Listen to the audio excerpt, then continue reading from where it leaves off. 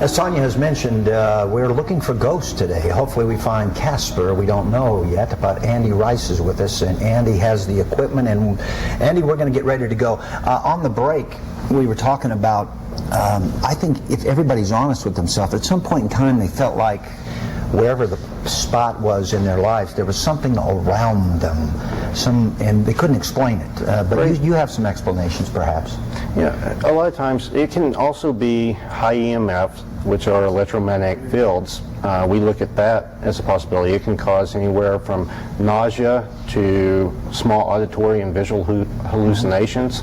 It can cause a feeling of being watched.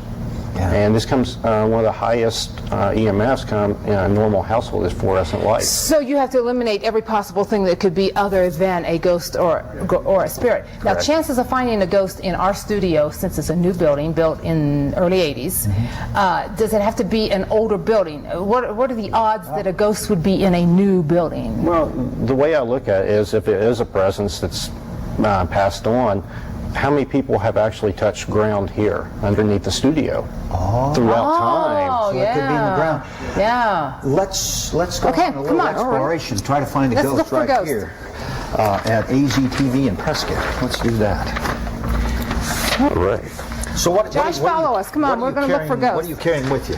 Well, right here I have this is what we call an ambient temperature sensor. It tells me the temperature of the air around me. And this is a surface temperature. I have to actually use both because this is whatever it's hitting at the end. So something would actually have to cross in front of it, such as my arm, to change the temperature there. The ambient air is like your normal thermometer you have in your house. So if something that isn't there crossing that we can see could be...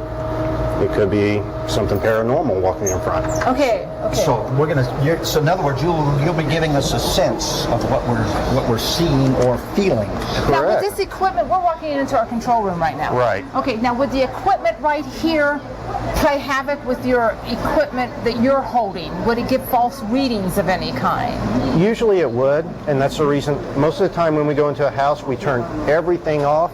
And that's the reason we do it at night. We turn all the lights off.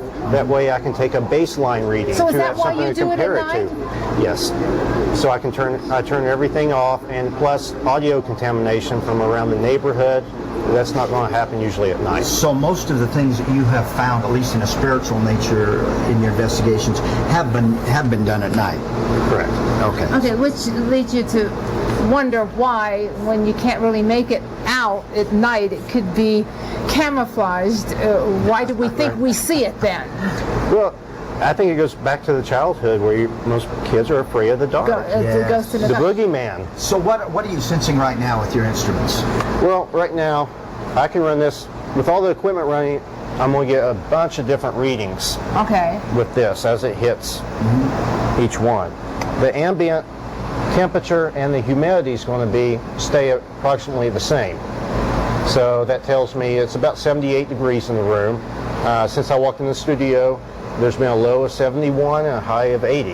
This actually reports that data. So now, what about when we're searching for a ghost, or when you have people with you? Is it imperative that you're quiet?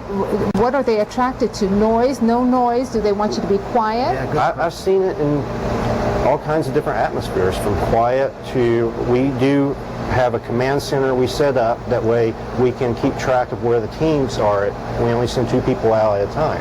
Okay. That way it eliminates audio contamination from another room or something. But we do have a conversation. Let's go out into the lobby where we don't have equipment going on, and we might have a better reading on our equipment, and we get a better feel if there's anything here. What is the most interesting find that you have found in your experience? Come on, Andy, let's go down here. All right.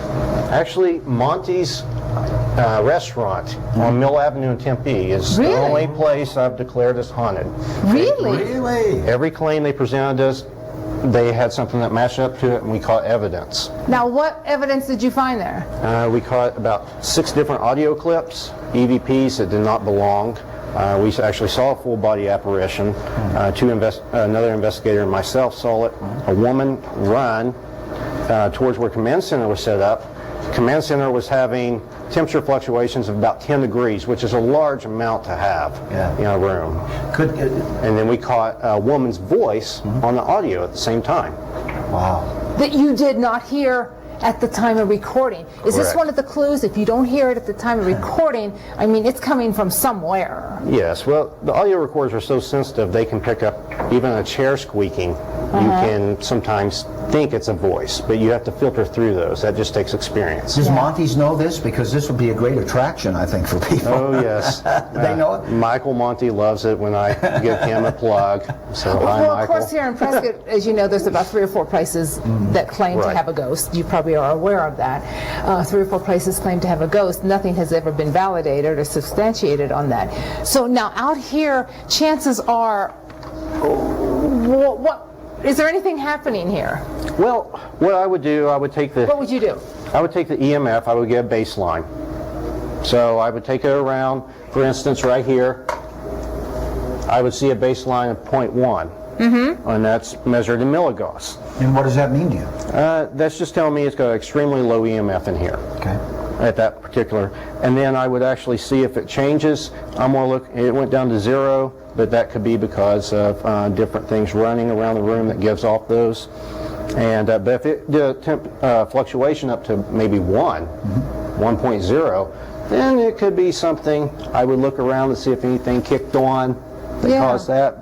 But other than that, that's I'm how we sensing tell. that this whole search, any search of any place, is a process, hugely a process of elimination. You're going in and looking at things and eliminating them. Yeah, that's correct. That's what you're doing. And then we review all the video footage, photographs, and audio afterwards. Any new technology that you've learned since you've been doing this? Is there anything new in the field? Well, a lot of people, because of the Ghost Hunters show on Sci-Fi, they're wanting the thermal camera, which measures infrared heat, because it can see cold spots come through. It actually visibly shows that.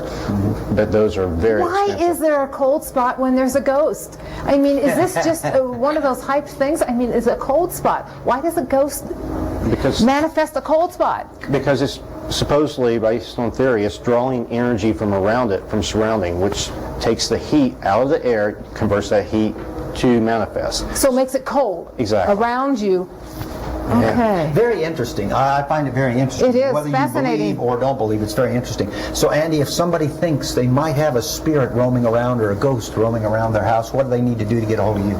They need to go to our website. It's www.WCGAPS. It's acronym for West Coast Ghost and Paranormal Society.com. And just go to contact us or email us at info@WCGAPS, and then one of us will get back with you within a couple days. Andy, thank you so much. Evidently, very Casper's welcome. asleep right now. We didn't find him. And I would love to go on one of your expeditions. Wouldn't you? That would be great. Interesting. We didn't find a ghost, but we'll try it next time. When we come back, Angela Scott hosts Northern Exposure. You stay right there.